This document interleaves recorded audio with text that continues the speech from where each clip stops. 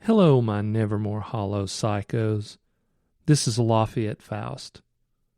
Tonight, I will present to you an episode of The Dead of Night with Darwin Gallows.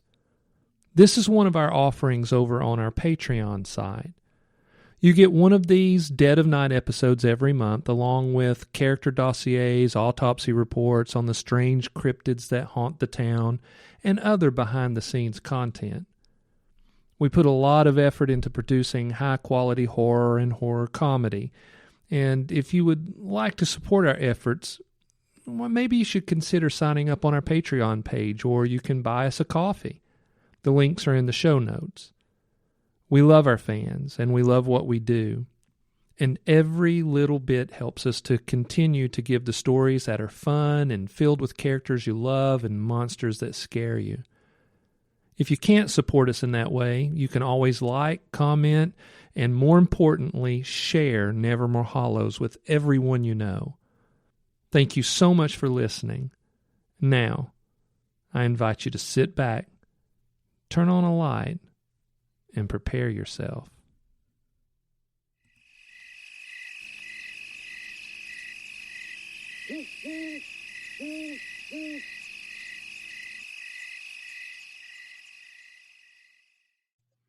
My producer's telling me we have time for one last call. Kenny, who's on the line? Hey, we got this guy on the line here that says there's some kid. He says he was attacked by some alien that looked like a giant penis with tentacles. Now, I'm just a voice inside Kenny's head. Tell him to knock it off. Kenny, I told you not to bring your brother to work.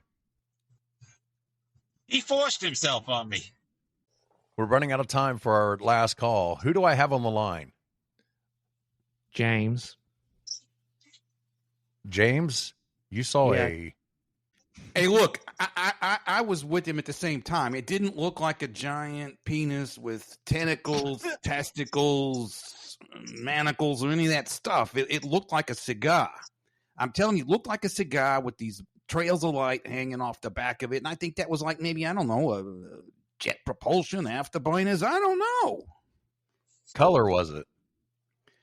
It's like a color you'd never seen before. I'd call the thing silver, but I'm telling you, it's outside our, what do you call it, color spectrum, spectacle, I don't know, something like that. But, and the light, the fire, the jet shit coming out of the back of the thing, it was like, I don't know, like a pink or rose, like one of those pretty sunrises described in some damn dame book or something, you know, about romance. But anyway, I'm getting sidetracked. The thing was amazing. And how big was it? It was kind of hard to tell. I don't know, size of, I don't know, maybe like one of those transfer trucks. It wasn't that big. Maybe there were little people in there or something. I don't know. It was like maybe the size of a transfer truck, but I couldn't tell because, I didn't know how close it was or how far away it was.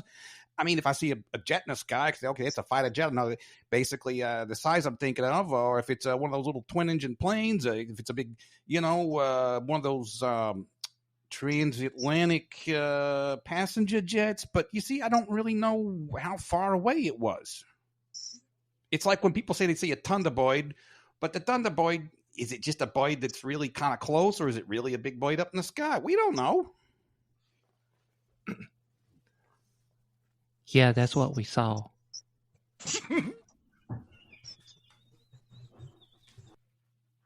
Wow, guys, that was an amazing story. But we have reached the end of our allotted time for this segment.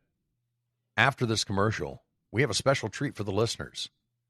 Kenny was cleaning up the basement, and he come across an archive of an old radio show that used to play on this very station. We'll be back after this message.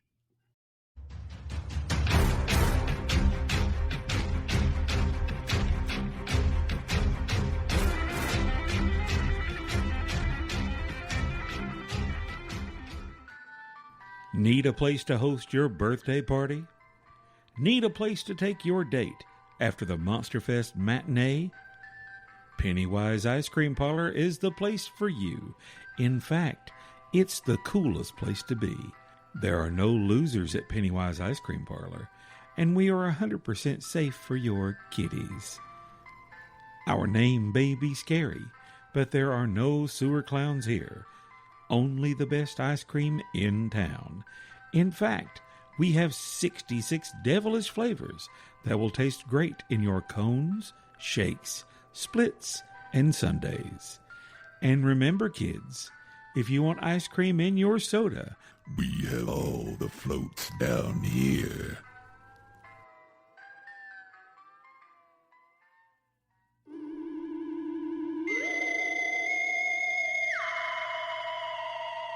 You're looking into the void with Stanley Starblazer. Straight from Nevermore Hollows, we have Father Patrick Flannagan. Father Flannagan, how are you tonight? I'm doing quite well tonight, Stanley, and I hope you are too. I do appreciate you calling me up. I'm honored to be a guest on your show. I listen to it regularly. Well, I do appreciate that. You're well known around town, but I'd like to get to know you a little better. Can you tell us a little bit about yourself? Like maybe where you grew up? I grew up in Nevermore Hollows. I am a local and very proud of it. In fact, the only time I've really spent significant time outside Nevermore Hollows was my 6 years at Tulane University in New Orleans, and my time fighting the war, fighting the Nazis. We really do appreciate your service here at RAVN. It was an honor, and unfortunately, too many of our boys did not come home. And what branch of the military were you serving in? United States Army. On which front were you? Well, I got a little experience toward the end, not real action when we drove the Germans out of North Africa. Saw my first action in Italy in 43, 44, and then about another half year in England, and then the invasion of Normandy when we liberated France. I did see some disturbing things once we crossed over the Rhine. It was really actually deeper into the right. It was Austria, which was then incorporated with and part of Nazi Germany. When we found those camps, and I don't want to really talk too much about that right now. I think there's enough information out there in books, films, documentaries for people to further educate themselves, which I think I encourage everyone to do. Did you get into the clergy before or after the war? I was about midway through my studies at Tulane, and that's about the time the Japanese attacked Pearl Harbor. We were just finishing our studies at that semester, had, I think, just gone on Christmas winter break, and then Hitler declared war on us, not too many days after that, I think, and Mussolini. It just all seemed to snowball so fast I couldn't keep up with the headlines, and saw all those boys and signing up and those young women, and I figured, well, I don't believe in violence. I don't want to pick up a rifle. But I'm going to be there for those boys. I'm going to comfort them as best I can and be there with them on the battlefield. I can do that. But it was, I guess, sometime in Italy, the boys I was with were being overrun. And I did have to pick up a rifle and take lives to save lives, so to speak. I felt that God was on our side. I didn't know just how much, and I didn't know exactly what we were fighting for totally until we got inside the borders of Iraq and saw what those bastards had been doing. So I became a man of violence to defeat evil, and that is who I have been ever since. So would this be about the time that you met Granger Frizzell? No. I don't remember a time in my life when I didn't know Granger. We were born maybe months apart in Nevermore Hollows, a couple blocks away from each other. Grew up playing with each other in the neighborhood, going to school together. So I've always known him. A few years back, you were involved in an incident in Dunwich Forest involving the Hellfire Club?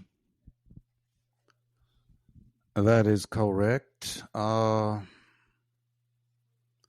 There are things on this earth that are not of this earth.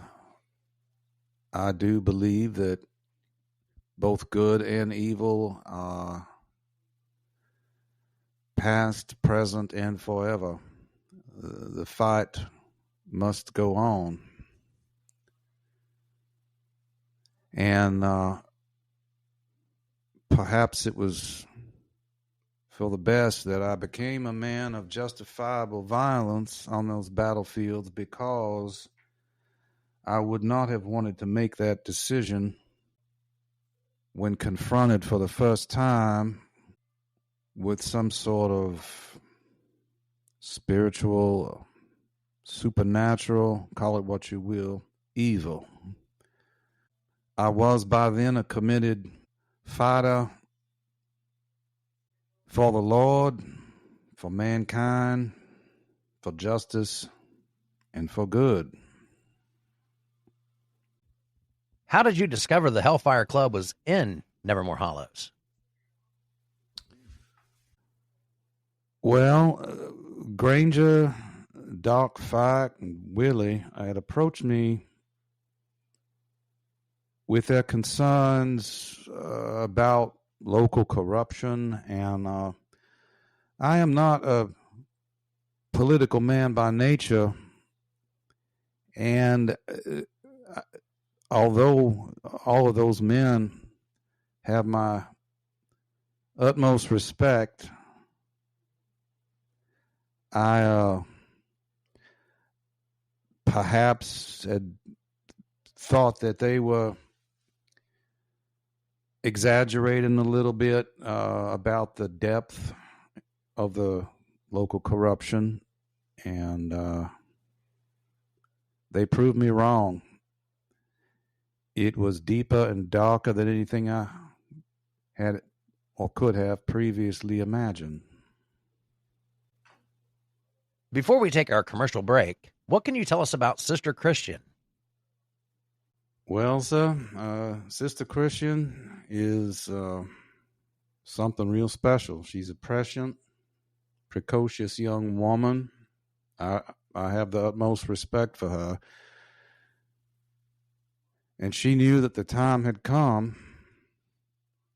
She always knows when the time has come. And we're the only one. And, well, her word is as good as gold as far as I'm concerned. Got the intuition and the gut feeling of a blue tick hound. I truly and firmly believe that Sister Christian's prayers helped us win that night, led to our ultimate victory over the band of deplorables that we dispatched. And we'll be back after this message from our sponsor. When you want to feel over the moon, you drink Twang. Ha! I'm Crash McCroskey, former astronaut with the National Aeronautics and Space Administration. I knew all the great astronauts, and they knew me. When I was in training for space and testing all that amazing equipment, I was on a very strict diet. And now, I'm going to bring some of that space diet to y'all. Twang!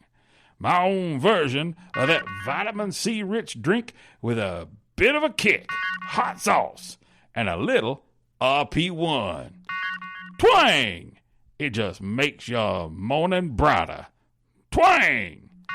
What the astronauts would have drank if we could have got it in a capsule. Twang is bottled in Nevermore Hollows, Georgia, the hometown of astronaut Crash McCroskey. We're back into the void. I'm your host, Stanley Starblazer. We're talking with Father Flannagan. Father, we've talked about the Hellfire Club. Do you have any other stories with the paranormal? Oh, I've got a few more stories of the paranormal and beyond. You want me to share some with you? Well, that is why you're here tonight. Well, I have most of my paranormal, otherworldly encounters have been in fighting demons. Very nasty little creatures. They're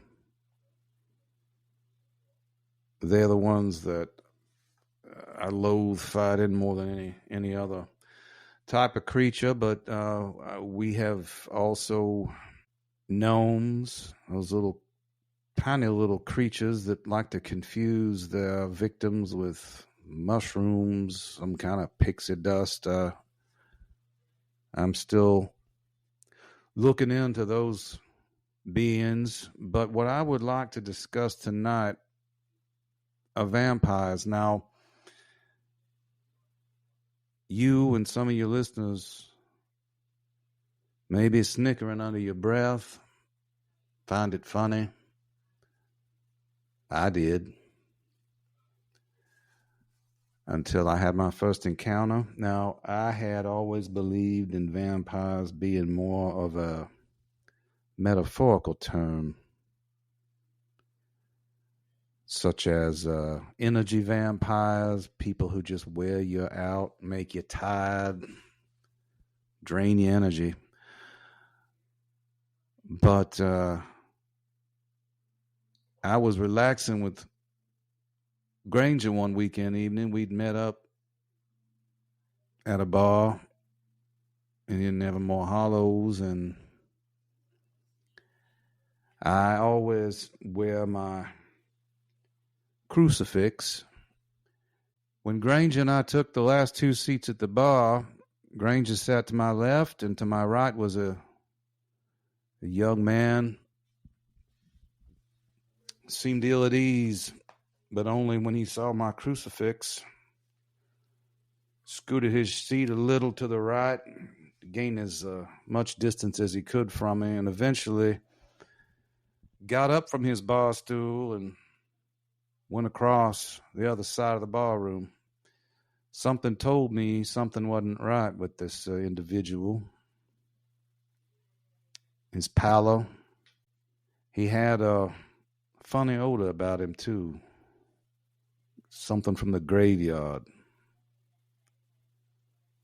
Something from the corpses of the battlefields I'd been on. And I knew something was dark and dirty with this young man. So I got up from my bar stool and went across the bar room and approached the individual and noticed that he squirmed. I kind of liked watching him squirm at the sight of my crucifix. Said he was a law student when I started talking to him. Just a university boy from Nashville, Tennessee, down Nevermore Hollows to study at the university, get his law degree. But it was all I could do to get that much information out of the poor bastard, because he looked like he was more interested in just getting away from me. But I wasn't too keen to let that happen before I gleaned a little more information from him. But I let him go, passed it off as nothing, and later started investigating the situation at the law school.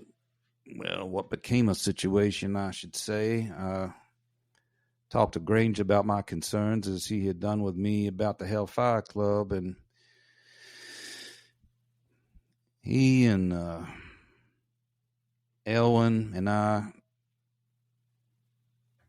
started keeping tabs with this individual, followed him at a distance from his university building to his residence. And we started putting pieces together. There were a few more individuals, much like this young man, with whom he associated. Had to smell the graveyard when you'd approach him. I only ever saw him after the sun had set.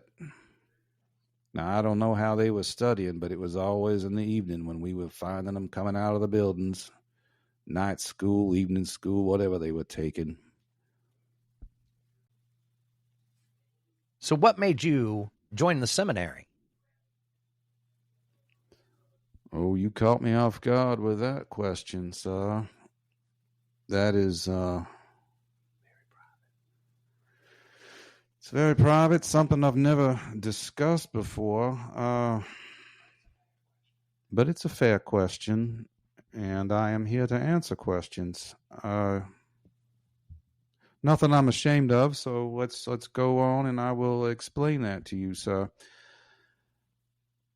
I was very much in love with a young woman who broke my heart. She